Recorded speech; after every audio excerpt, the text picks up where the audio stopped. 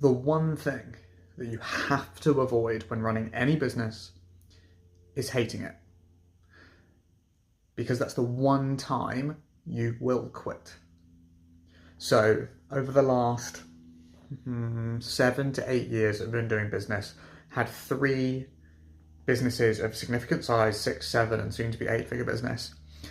And there's been many, many, many ups and downs throughout, like financially, like things you think are going to break it, that you're never going to come back from. COVID, prime example. But you manage to find a way. The one thing you don't find a way from or to overcome is if you actually grow to hate it. And so if there is a particular employee that is causing you so much grief, or a system or a process that gives you that Monday morning feeling, and you'd rather kind of roll over dead than do it, then it's not worth it. You have to get rid of that person, remove or find a different system. Because if you have that feeling as the owner, the whole business will die.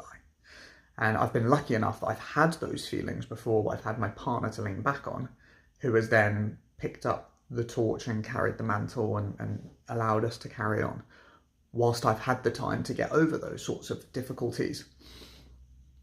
And there's a significant difference here between a grind, between something being, not your favourite thing, and something where you're, you just can't imagine continuing life experiencing that every day.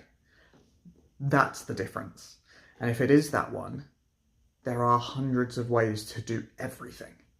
And so there will be a way around it where the current situation, current difficulty, you can maybe circumvent it a little bit or find a way to alleviate that stress and that pain for you, so that you can continue to do what the goal was to begin with.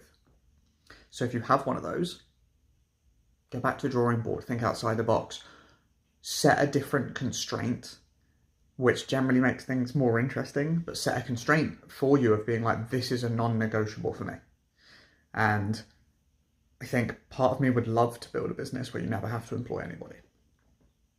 Because I love being around people, don't get me wrong. People are awesome. I love the excitability and the energy of feeding off other people, but then I also struggle with dealing with other people's problems because I'm not always the most empathetic.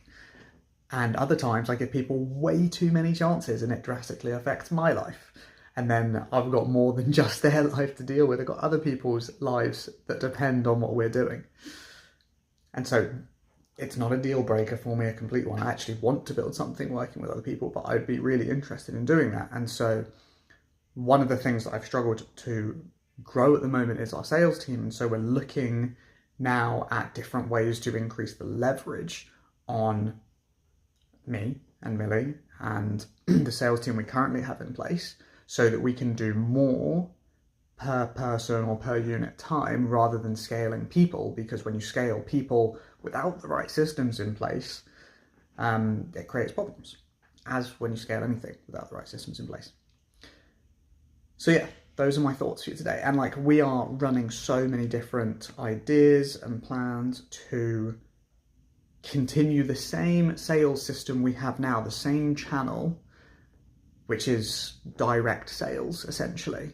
Jumping on a call with a client and getting them to close.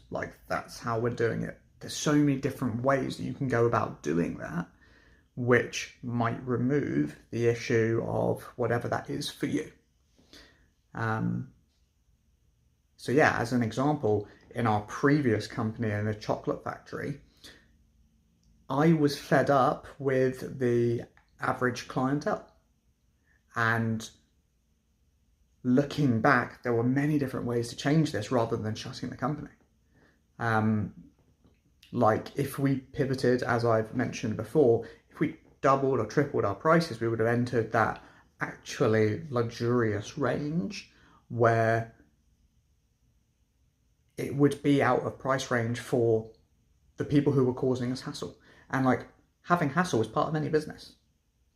And I just didn't want to scale that side of it. Now, I could have scaled a different channel, could have gone wholesale, which is actually where I did put a lot of my effort into, so that I didn't have to deal with, that aspect of it that I wasn't enjoying anymore. But yeah, that's it. Takeaway from today. If you have a thing that you would rather not continue living than carry on doing that has to change. No matter what, that's the number one most important thing that has to stop, because it's not worth it. That's the only thing that will kill the business. All right, those are my thoughts for the day. Not eloquently put. I've left this too late, as usual, and I'm tired. So I'm struggling to articulate my thoughts, but it's a fun one. All right, have a great one. If this is impactful for you, please let me know, because I'll be more than happy to brainstorm ideas to help fix any of those really difficult things for you that aren't just the grind. So cool, let's have a chat.